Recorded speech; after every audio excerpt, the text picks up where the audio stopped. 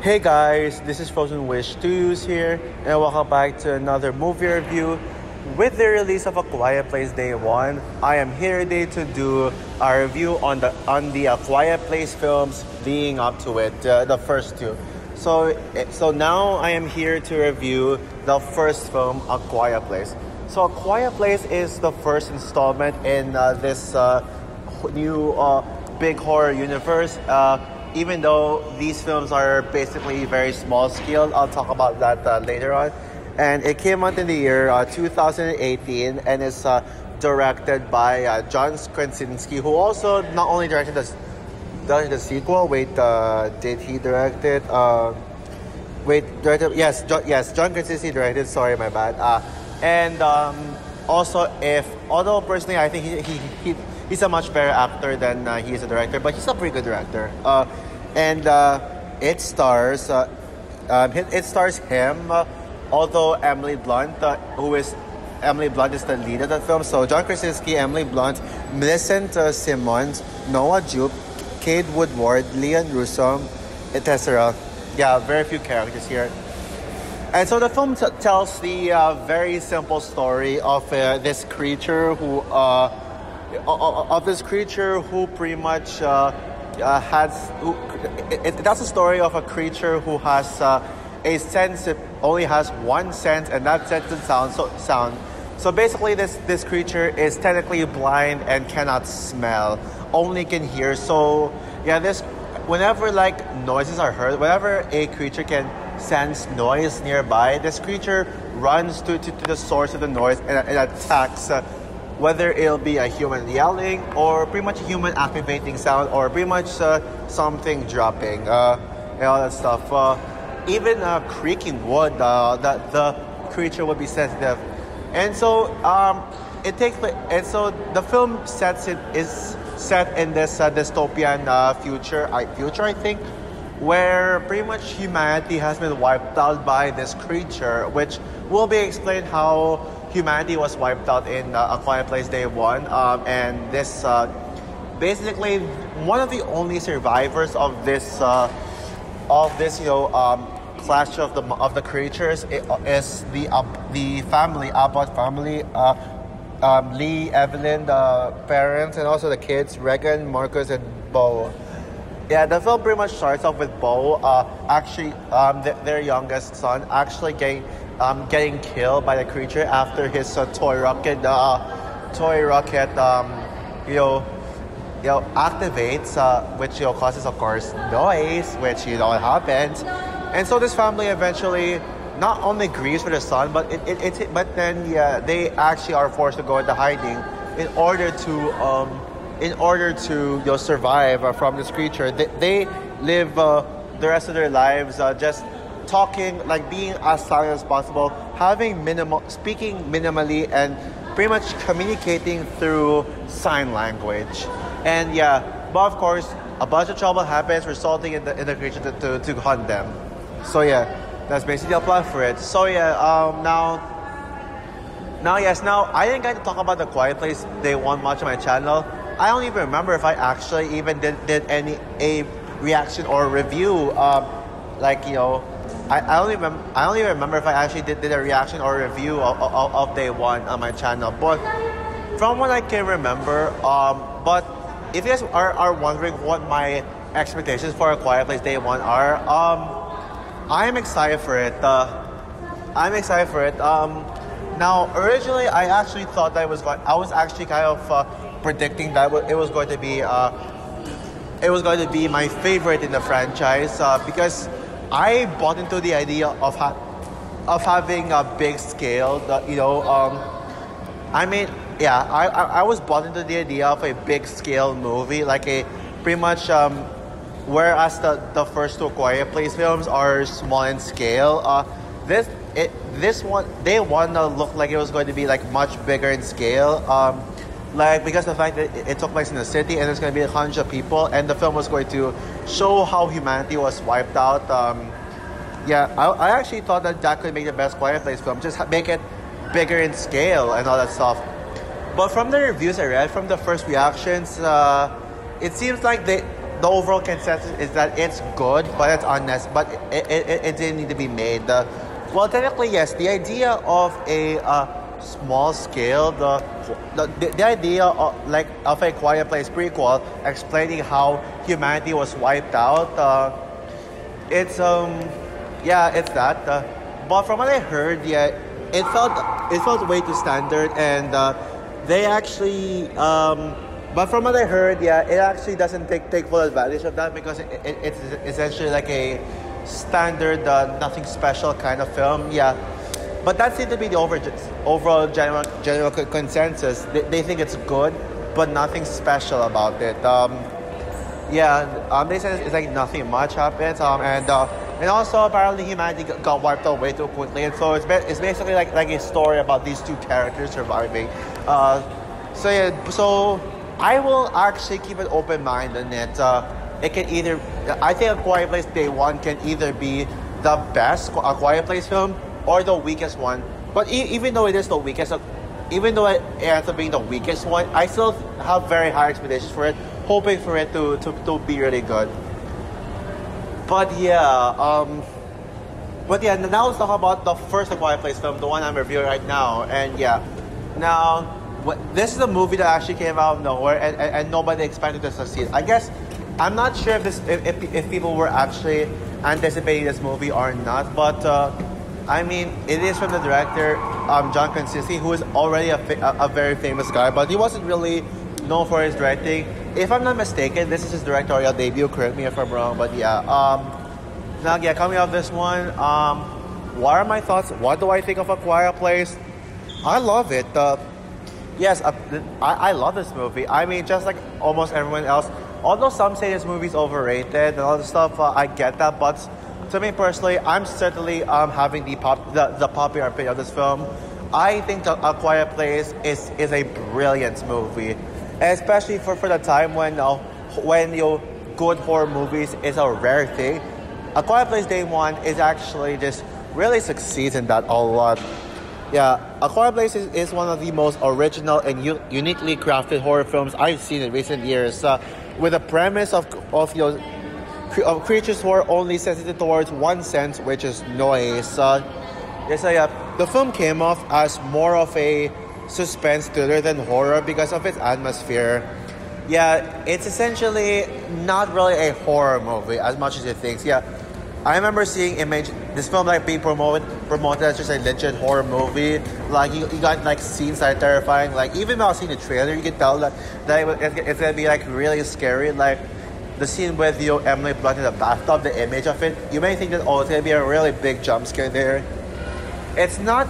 It may not be as scary as you think, but actually the film, yeah, because this is one of those horror films that actually understands what makes a good horror.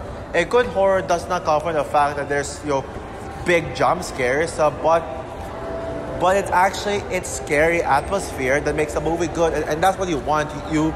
That's what horror films should not do. They should not rely on jump scares a lot. This film is basically more of a suspense survival thriller than a horror film. It frightens audience with its suspense and atmosphere, worrying, getting audience worried that these characters would get caught, and that's exactly how you craft a horror film. A perfect example of what I'm talking about is Bo's death in the beginning. Bo, yeah, yes, that Bo, yeah, Bill. I think it's Bo because from the movie Bo's Afraid. I got that from there, but it can be either Bew or Bo, but I prefer pronouncing it Bo. Yeah, Bo's death in the beginning, where basically, when they were like walking on the bridge, and Bo was like walking behind them, like his. I mentioned this earlier in the beginning that his rocket that his rocket was his rocket turned on, the sound in Bo's rocket toy turned on, so and this pretty much resulted in the creature to go after Bo, but then John Krasinski's character ran raced pretty much raced against the creature to get Bo. Like he was trying to save Bo's life. He was trying to be a hero, but it was too late, and the creature got him. Yeah, people say that was the scariest film in the film. Like people are saying, "Oh my god, it's so scary! Oh my god, oh it scared me to death." Look, it's one of the biggest jump scares in film history. I think it's overreacting. It wasn't actually that scary, but however, it is very hard hitting and very devastating. I think devastating is the right word to use instead of scary, because the fact that Lee was just about to save his child, his very young child who looks like he's 5 years old or something, and he actually gets killed off right in the beginning of the film. Really really devastating there. And if that wasn't devastating enough, well, Lee dies in the third act of the film. Yeah, his death scene is really hard hitting, and really his death scene really hits hard. It's really emotional, and it actually paid out so well. You actually felt that death scene. And I gotta say, the creatures look absolutely incredible, and not only are their designs terrifying, not only do they look terrifying, but the way they roar really scares the crap out of me. Yeah, wow. I think we can all agree that the sound design is hands down the best aspect of the film. There's a reason this movie got nominated for best sound design. Wait, was it sound design or sound mixing? I know back at the time it was actually a separate category, and it said I was only nominated for 1 Oscar according to IMDb, so I forgot what it said. I didn't check, but yeah, whatever. But yeah, it got nominated for best sound either way. I pretty much view sound mixing and sound editing as the same thing. I'm glad the Oscars really put them as one category, single category. That's the right decision. Every sound design made in the film is amped up, whether it will be the sound of the creak, whisper, breath, and certain moments of the sound whirring. There will be sound. Yeah, it's really good. The sound is incredible. One of the greatest sound designs in film. The performances were all incredible, and all the characters were well written. The fact that the only characters in this movie, the only major characters, are the Abbott family, allows for audiences to connect with them easier instead of just having without having these side characters get in the way. Emily Blunt is the true star of this franchise. I know some people view John Krasinski as the true star of the film, and people even complained about Quiet Place Part 2 not having John Krasinski in it, because they think, oh, he's the true star of the film. But to those of you who think that John Krasinski is the real big star of the film, y'all are just pro males. Y'all just being pro males. Emily Blunt is the true standout. Now, yes, John Krasinski gave an incredible performance. I loved him, but Emily Blunt's performance in this film is in a whole new level. I think she should be seen as a standout. Y'all are just male biases. I admit it. I'm sorry. No offense. And yeah, I think this is certainly one of Emily Blunt's best performance. Sure, yes, the Phone Guy is Emily Blunt's best performance. I still stand by that. But even if you actually pretend that the Fall Guy has not released yet, and then you still think about see what Emily Blunt's best performance is, I'd say that this is probably this is not even Emily Blunt's second best performance. No, this is not even the best Emily Blunt performance if you actually take away Fall Guy. I'd say besides the Fall Guy, since that is a very recent film, I'd say Rita from Edge of Tomorrow would be her best role. But this will be a close second. And yes, now, I think both. But let's be real here. Both Evelyn Abbott, Rita from Edge of Tomorrow, and Jodie Moreno from Fall Guy are her 3 best performances. But Jodie being specifically my favorite. Oh yeah. By the way, if you guys ask me, Frozen, what about Katie Oppenheimer from Oppenheimer? She got nominated for that performance. Well, honestly, I think Emily Blunt was terrific. It was terrific in Oppenheimer. Sorry if I pronounced it weird. Yeah, she was amazing in that film. Gave a top-notch performance. But I don't think that the Oppenheimer is on the same level as her best roles, like the three I just mentioned. It's not my favorite Emily Blunt performance, and Rita's not even quite really in my top three favorite characters. I like Kitty Oppenheimer. I think, yeah, she is in my top five favorite Oppenheimer characters, but I wouldn't really say it's her best performance personally. Heck, I even would say that Florence Pugh as Jean Tatlock is a far more Oscar-worthy performance than